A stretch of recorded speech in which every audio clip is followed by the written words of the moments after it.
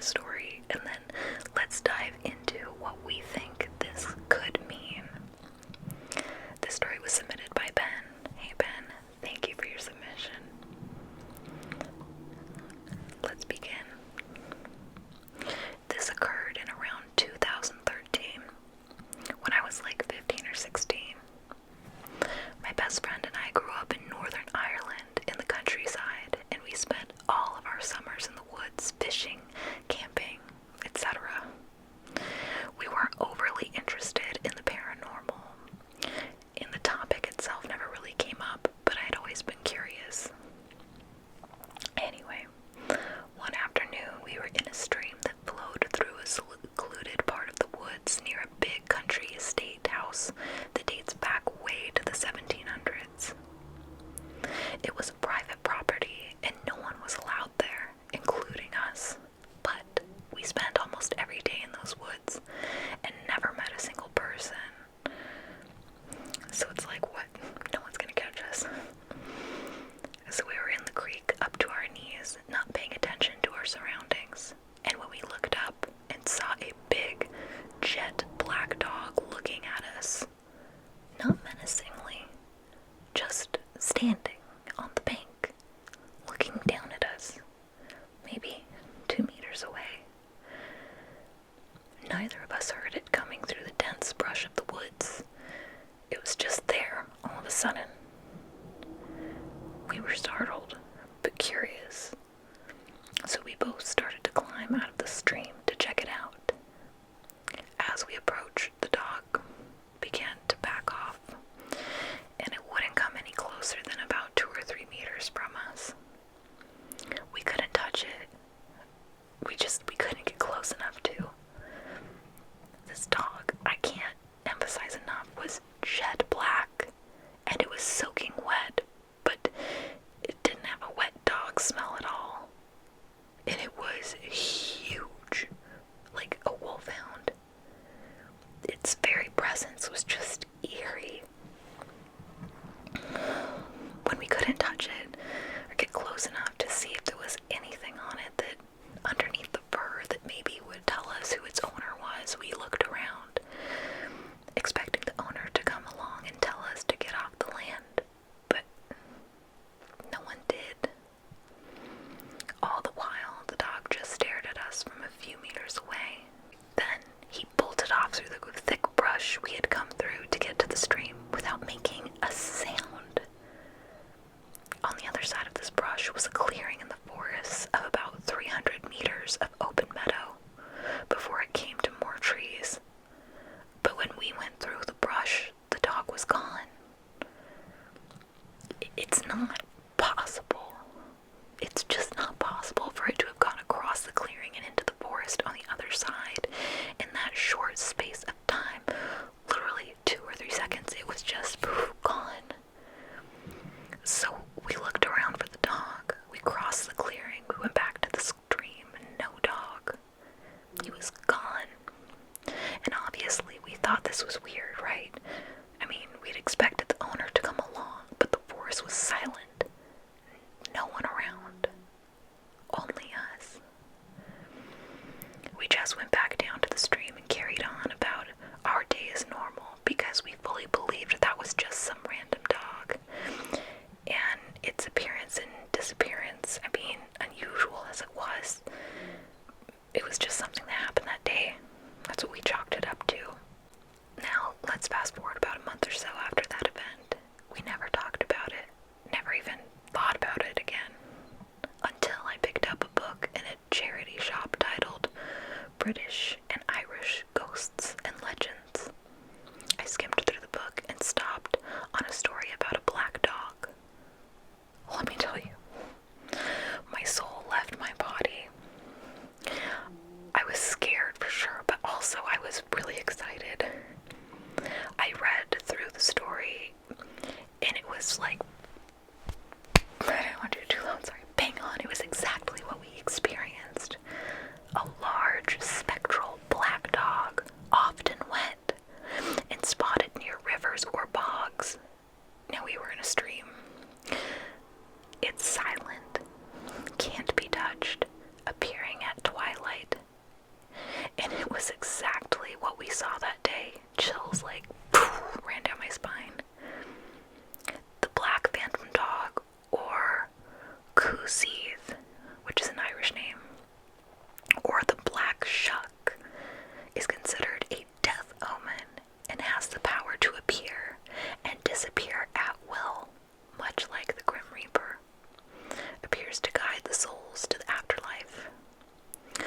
Seath appears to guide the soul to the underworld. Obviously, neither me or my friend died and went to the underworld, or any of our family or relatives. Shortly after this, anyway, but that's not to say that someone in the local area didn't die, and we saw the black shuck on its way to guide their soul into the afterlife. It's a good thought. I bought the book. I called my friend, and he lost his shit. We both read that segment of the book like a dozen times, both of us frightened but thrilled that we had such an experience. I believed in the paranormal ever since that day, and for me, I know it was real, because I had no preconception before that experience until I read that story. I had never considered this dog to be a phantom. Hindsight's 20/20. It's funny that you told the story. Like, I think that definitely that this dog could have been on its way to guide someone into the underworld. Like, what are the odds of that? And I wanted to look up, let's see this. So I was looking up stuff before I saw that you said it was a Seath. But I looked online in a few different websites, and one of like the symbolism metaphor websites says that black dogs are viewed as a symbol of protection in many cultures, as people believe they keep the negative energies away, which, I mean, could be said too. If they're guiding someone, they need to get to that person first so that they can guide them where they need to go as a protector. On another website, spiritualunite.com, black dog appears and disappears.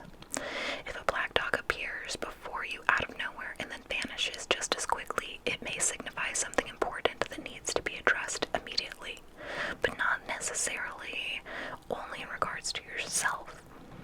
The symbol is often associated with another person needing assistance, guidance right away. Could be connected to death, whether it be emotional, spiritual help concerning unsolved trauma, conflict between them and someone else. But I want to find this thing, this